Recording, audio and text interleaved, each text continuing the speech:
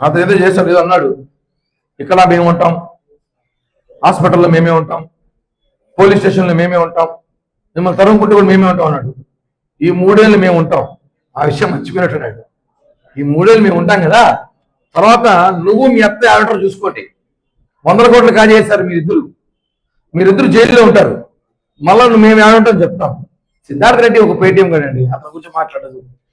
అతను ఎంత జోకర్ అంటే 100 కోట్లు కాజేసి అయినా వాళ్ళ అత్త అంటారు, వాళ్ళ ఆంటీ అంటారు, వాళ్ళ అమ్మ అంటారు, ఏదో ఆమె 100 కోట్లు కాజేసి ఈరోజు మేము ఉంటామని ఎవరు పిలుస్తారు?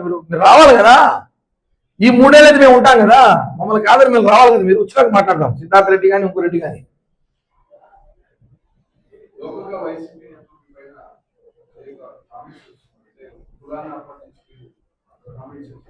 అన్న ఒకటే, భూమన కుటుంబాల్లో మొగోళ్ళు ఎవరు లేరు. వాళ్ళ దగ్గర కర్ణాకర్ దగ్గర, అభినయ్ దగ్గర మొగోళ్ళు ఎవరు లేరు. పాపం వాళ్ళు ఎవరో సుల్భా కాంప్లెక్స్ పనిచేసే వాళ్ళని, ఇంటికాడ చెత్త ఉడిచే వాళ్ళని మహిళలు పంపించి మా మీద మాట్లాడిస్తారు. వాళ్ళకి ఏదో రోజుకి 2-3 రోజులు జీతం ఇస్తారు. దానికోసం వాళ్ళు ఏదో మాట్లాడతారు పిచ్చోళ్ళు. వాళ్ళ మాటలు అసలు పట్టించుకోవచ్చుగా. ఇంకోటి కూడా చెప్తున్నా, భూమన కుటుంబానికి ఛాలెంజ్, మొగోళ్ళని పంపించి నేను మాట్లాడతా. మొగోళ్ళని పంపించు, మాడగాలం కాదు.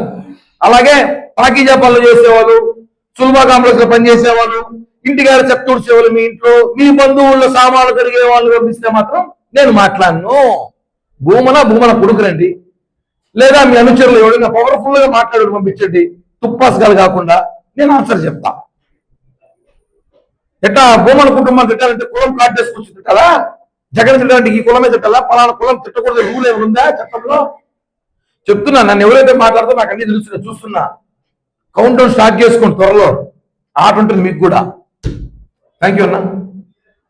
ఇంకా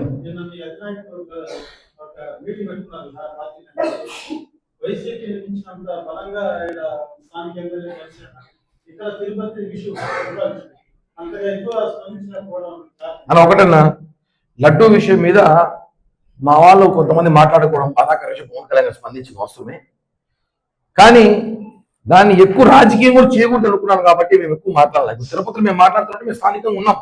ఫస్ట్ నుంచి లడ్డూ చుట్టాక మేము బీజేపీలో మాట్లాడుతున్నాం దాని మీద, కాబట్టి మాట్లాడుతున్నాం. అక్కడ వాళ్ళకి దాని మీద పూర్తి డీటెయిల్స్ వచ్చి దాని మీద ఇంకా మాట్లాడే అవసరం కూడా లేదు. ఎందుకంటే డైవర్ట్ చేశారు.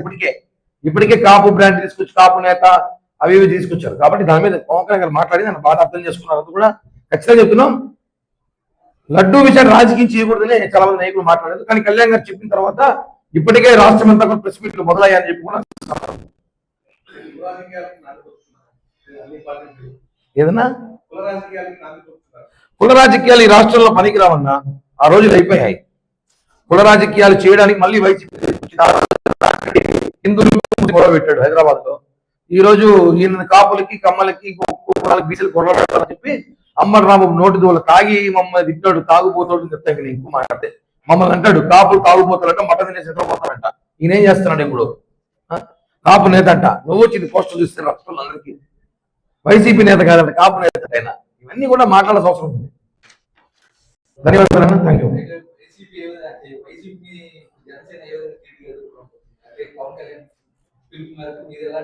అన్న. ఒకటి, మేము ఎక్కడ తగ్గేది లేదు. ఒకటి, మేము పేటిఎం గారు డబ్బులు ఇచ్చి సోషల్ మీడియా వాడట్లేదు. మాకు పవన్ కళ్యాణ్ గారి ప్రేమతో, అభిమానంతో పవన్ కళ్యాణ్ గురించి ప్రాణం ఇచ్చే కోట్లాది మంది సోషల్ మీడియా సైనికులు ఉన్నారు. వాళ్ళు ఒక్కొక్కరు 10 అకౌంట్లు, ఒక్కొక్కరు 10 మంది అమ్మాయిల పేరుతో అకౌంట్లు, ఒక్కొక్కరు ఇంకా అమ్మాయిలు అబ్బాయిలు తేడాగా పెట్టి వాడతారు. ఫేస్బుక్ అకౌంట్లు 10, ఒక్కొక్కరు ఇన్స్టా 10 అకౌంట్లు ఉన్నాయి. డబ్బులు ఇచ్చి వాడతారు. మేము డబ్బులు ఇవ్వట్లా. వాళ్ళ డబ్బులతో సోషల్ మీడియా నడుపుతున్నారు. మేము ప్రేమ అభిమానం సోషల్ మీడియా నడుపుతున్నాం. మేము నడపాల్సి వస్తే జగన్మోహన్ రెడ్డి దేశం వదిలి పారిపోతున్నాం. Thank you.